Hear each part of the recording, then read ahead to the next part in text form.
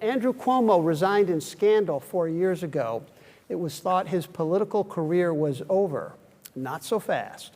Cuomo is now a leading candidate, perhaps the leading candidate, to become the next mayor of New York City. Despite sexual harassment accusations and a COVID scandal, Cuomo is now seen by some as the tough, get-things-done moderate the city needs. Two of the city's biggest unions are behind him, as is much of the business community. So Bob Spitzer, how the heck can he be a viable candidate after all those past scandals? Well, the short answer is name recognition. Everybody knows who Andrew Cuomo is, and that gives him an automatic advantage to date. But to me, Andrew Cuomo is sort of a Democratic Richard Nixon. Nobody ever really liked Richard Nixon, but he was always around. He was always, working the circuit. He was a part of the establishment. He knew how to use power, although eventually his own failings, the Watergate scandal, brought down his administration. And Andrew Cuomo, in many ways, is I think, pretty similar. I don't think people really like Cuomo. I don't think they warm to him. But for the Democrats, or some Democrats, he's their pit bull. He's the guy who has the capability to get things done, and that raises the two questions. One is the sexual misconduct scandal that prompted him to resign as governor 5 years ago, and then the question about his record as governor. And one part of this record that you hear is that he was strictly posturing, he was playing to the cameras, sloganeering, running all around the state, making great sort of proclamations and not really doing real things. But the fact is, when he was governor, he did a lot. Minimum wage, gay rights, abortion rights, the SAFE Act. He had a lengthy list of accomplishments of things that he got through the state legislature pretty effectively. And that's kind of been pushed aside to some degree just because of part of his record. I mean, I think it's a two-faced coin with Andrew Cuomo. And there are certainly many Democrats who are looking at him now as, look, this guy has been bruised and tarred, but he's tough. And we need a tough Democrat to deal in this political environment. And it is New York City. No wimps or sissies are allowed.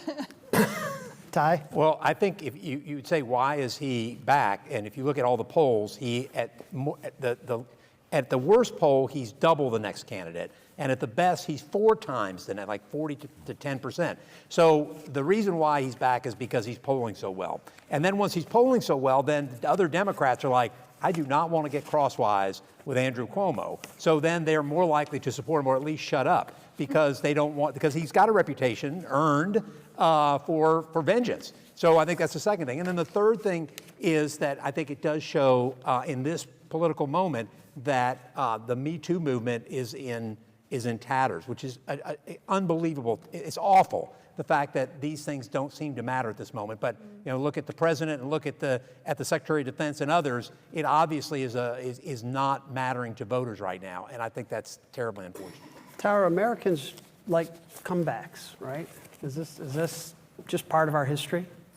It is part of our history, but I think the difference here is that usually we like comebacks first and foremost when you've done your mea culpa, which he really hasn't done. The second thing about comebacks is, or at least you've taken a good amount of time off and been doing good things. Remember, before Nixon sort of came back and eventually won the presidency, Nixon had kind of been that failed vice president who didn't win the presidency in 1960 when he should have. And so Nixon kind of went away, licked his wounds, kind of built up his support among the Republicans, et cetera. And then, of course, was blessed with, Johnson and Vietnam. That made it a lot easier for him.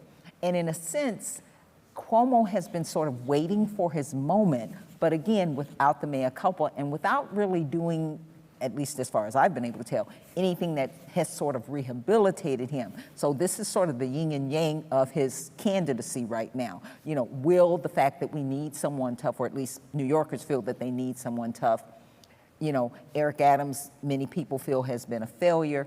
And so will that be enough to get over the fact that he didn't do the mea culpa and really has not in any way addressed those allegations? And certainly it should be a pause to any woman who would be potentially in his administration that he has not addressed. Right. Well, he's addressed them in the sense of denying things. Right. And so along those lines, Sarah, does that mean that is the Me Too moment over now?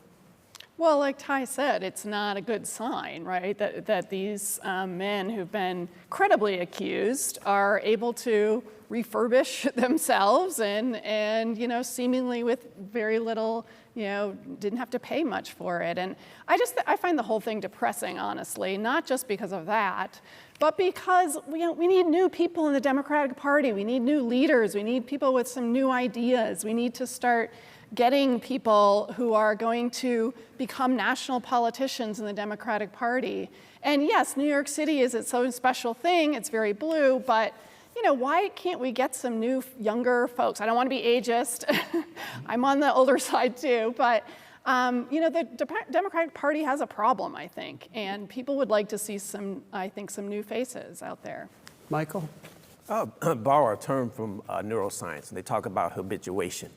And I think we've been habituated to have low or no standards for politicians, morally, ethically, right? That kind of goes to your point about public servants. There you go, right? The fact that we're even addressing the possibility is a testament to the depths that American electoral politics has sunk. The mere idea that Andrew Cuomo and Mayor Adams are viable candidates for New York City mayor is just another glaring indication of that reality, right? On the one hand, you have a guy who fell into a Faustian bargain and got out of jail, and the other guy who resigned in disgrace a short time ago, right? Which tells us that for the next New York City mayor, I believe anyone with a pulse and who can conjugate a verb would be better than both of those guys, right? Cuomo was indicted. Adams still owes $3 million to his bribery attorney. I just believe that New York City residents, I think that they deserve better, and I hope they vote with their feet and their conscience, right? Because between these two characters, it should not be a question of either or. It should be a question of neither nor. So we will see what happens in November. But the question I was asked, why is Cuomo a leading candidate? Because he will give his big donor supporters the keys to the candy store, just like the guy who sits in the White House. Bob? But I would make one other point about that race. There are 12 candidates running for mayor. So, the other 11 candidates are parsing the vote in very small numbers. And they're going to conduct voting by ranked choice voting.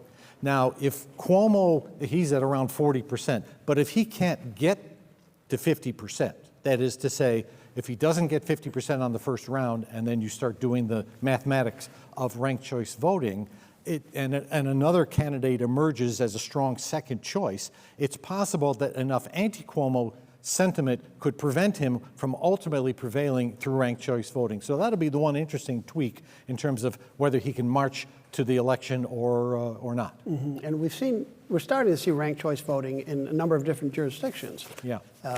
One thing, in this discussion, we talked about Cuomo and the sexual harassment accusations against him, but we really haven't touched on COVID very much. And he gets a lot of, for a while, he was the big COVID star, right? He was having those press conferences, but then the whole bit about, releasing people from hospitals back into nursing homes, and many people did not survive that. Isn't that part of the equation here for him as well? That's sort of a complicated story, I will say, partly because we forget how desperate things were. The hospitals themselves were overcrowded, and he made a decision which may have been the wrong decision, but for myself, I wouldn't be prepared to make that call. But let's not forget, for almost 4 months, he lied 5 nights a week, and even wrote a book about those lies. So I don't know how we can possibly consider him anything viable. But I don't think people don't want to think about COVID. They just don't want to think about it. They want to put that, they did the same thing in 1918 after the influenza epidemic and went to the roaring 20s. People don't want to talk about it. So the roaring 20s again, perhaps. Okay, and I just wanted to just see if there's any chance, do you think that, and Bob, I'll ask you this question, can a Republican win in New York City? If there's a person who has personal wealth, who has identification, it's not impossible. Remember that Michael Bloomberg, was a Republican, but he wound up being a 3-termer. Rudy Giuliani was a Republican. He served 3 terms. It's not impossible by any means, but it hinges much more on a strong candidate who can win independent and some Democratic votes in an overwhelmingly Democratic city. I think the abuse that New Yorkers have suffered the last couple of mayors, I think they're ready for a centrist Republican, perhaps.